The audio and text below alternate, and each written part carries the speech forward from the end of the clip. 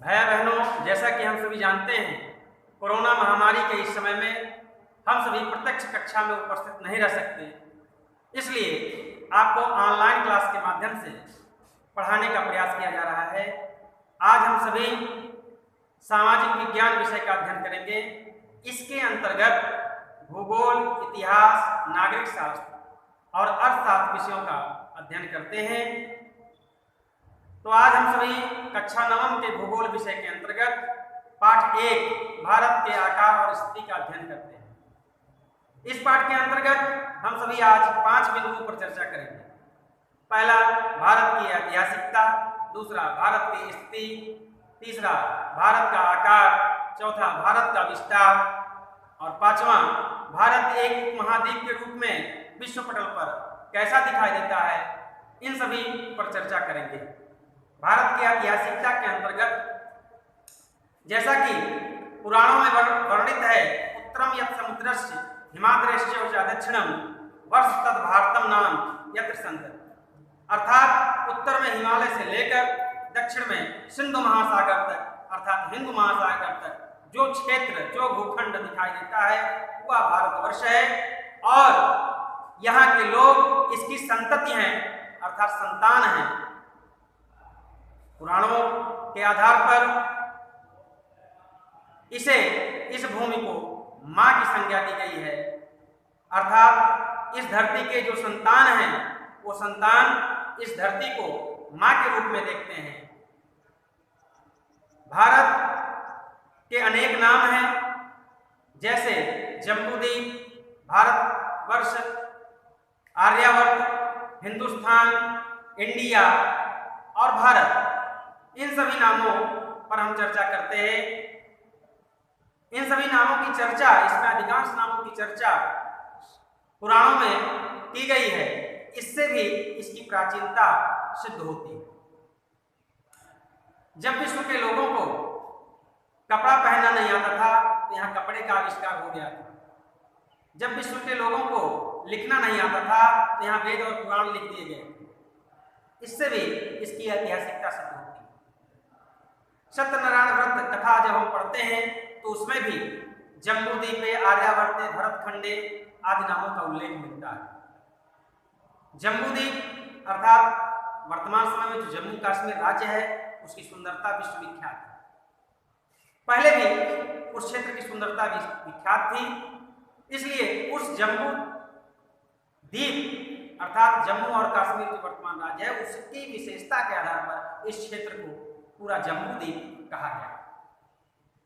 भरतखंडे अर्थात आर्यावर्ते, भरतखंडे, आर्यावर्त, आर्यों ने सबसे पहले यहाँ मानव सभ्यता का, श्रेष्ठ मानव सभ्यता का विकास किया, इसलिए इस देश का नाम आर्यावर्त। और उन्हीं आर्यों में से एक चक्रवर्ती सम्राट हुए भरत, जो पूरे विश्व पर राज्य किए अपने बल और उसके बल पर आधार पर, इसलिए इस क्षेत्र का नाम भारतवर्ष पड़ा।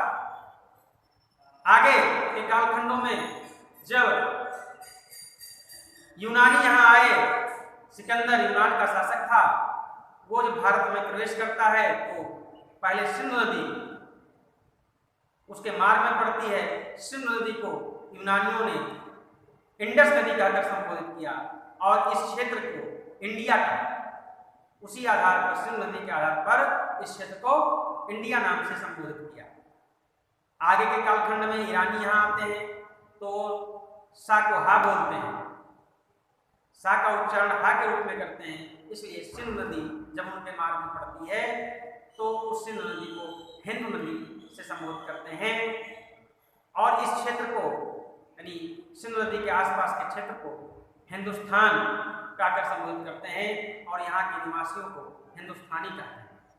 इसलिए ईरानियों से दिया गया नाम हिंदुस्तान है। आगे कालांतर में जब अरबों का आक्रमण 712 ईस्वी में होता है, तब उस समय अरबवासी था को ता बोलने के कारण इस देश को हिंदुस्तान ना कह करके हिंदुस्तान संबोधित करते हैं और यहाँ के निवासियों को हिंदुस्तानी कहते हैं। अंग्रेज जब भारतवर्ष में आते हैं तो चूंकि यूनान का अधिकांश भाग यूरोप में है, इसलिए यूरोप में इस देश का नाम इंडिया प्रचलित था, इसलिए इस देश को उन्होंने इंडिया कहकर संबोधित किया और अधिक वर्षों तक शासन किए, इसलिए इस देश का नाम पूरे विश्व में इंडिया प्रचलित हो गया। भारत के संविधान में भी इंडिया डेट इज भारत लिखा है, अर्थात इंडिया वही है जो भारत को ही इंडिया कहा गया। इसके नामों से भी इसकी ऐतिहासिकता का वर्णन हो जाता है।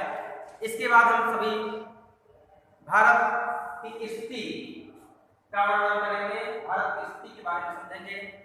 जैसा कि मानचित्र बना है, इस मानचित्र में 8 अंश 4 उत्तरी अक्षांश से लेकर के 37 अंश 6 उत्तरी अक्षांश तक और 68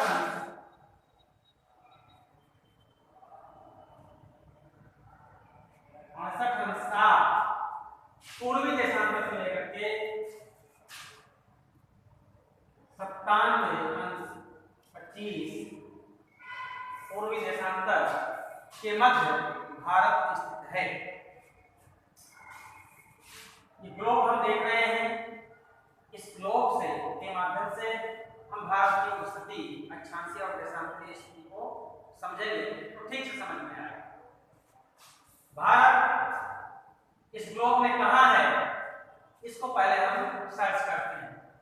ये ग्लोब पूरा विश्व है, पूरी पृथ्वी है। ग्लोब यानी पृथ्वी के मध्य भाग से एक रेखा खींची गई है, जिसको सीधी पश्चिम से पूरब की ओर, जिसको हम अक्षांश रेखा कहते हैं।